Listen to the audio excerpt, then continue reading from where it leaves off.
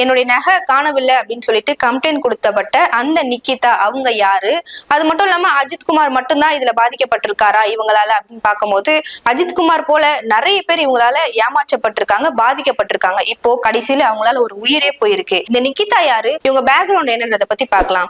நிக்கிதாவுடைய அப்பா, அவர் பேர் ஜெயபெருமாள். இவர் என்னவா இருக்காருன்னா டெபுட்டி கலெக்டரா இருக்காரு. இவங்களுடைய அம்மா சிவகாமி, இவங்க ஒரு பிசிக்கல் டைரக்டரா இருக்காங்க.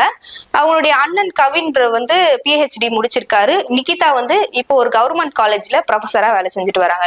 இப்படி ஒரு கவர்மெண்ட் பின்புலத்தை கொண்ட ஒரு ஃபேமிலி தான் இவங்க. இந்த கவர்மெண்ட் பின்புலத்தை கொண்டதுனாலதான் நிறைய பேர் இவங்க ஏமாத்திருக்காங்க, கவர்மெண்ட் வேலை வாங்கி தரேன்னு சொல்லிட்டு. அஜித்குமார் வழக்கு போயிட்டு இருக்க இந்த நிலையில நிக்கிதாவுடைய ஃபேமிலி மேல ஆல்ரெடி 2011 ஒரு கம்ப்ளைண்ட் ரிஜிஸ்டர் பண்ணப்பட்டிருக்கு அப்படின்னு சொல்லி நேத்து ஒரு தகவல் பரவிட்டு வந்தது. அந்த கம்ப்ளைண்ட்றது இப்போ உறுதி செய்யப்பட்டிருக்கு. அது என்னன்னா 2010 நாங்க உங்களுக்கு கவர்மெண்ட் வேலை வாங்கி தரோம்னு சொல்லிட்டு பல பேர் இவங்க லட்சக்கணக்கில் மோசடியில ஈடுபட்டிருக்காங்க. பல லட்சம் இல்ல, பல கோடினே சொல்லலாம்.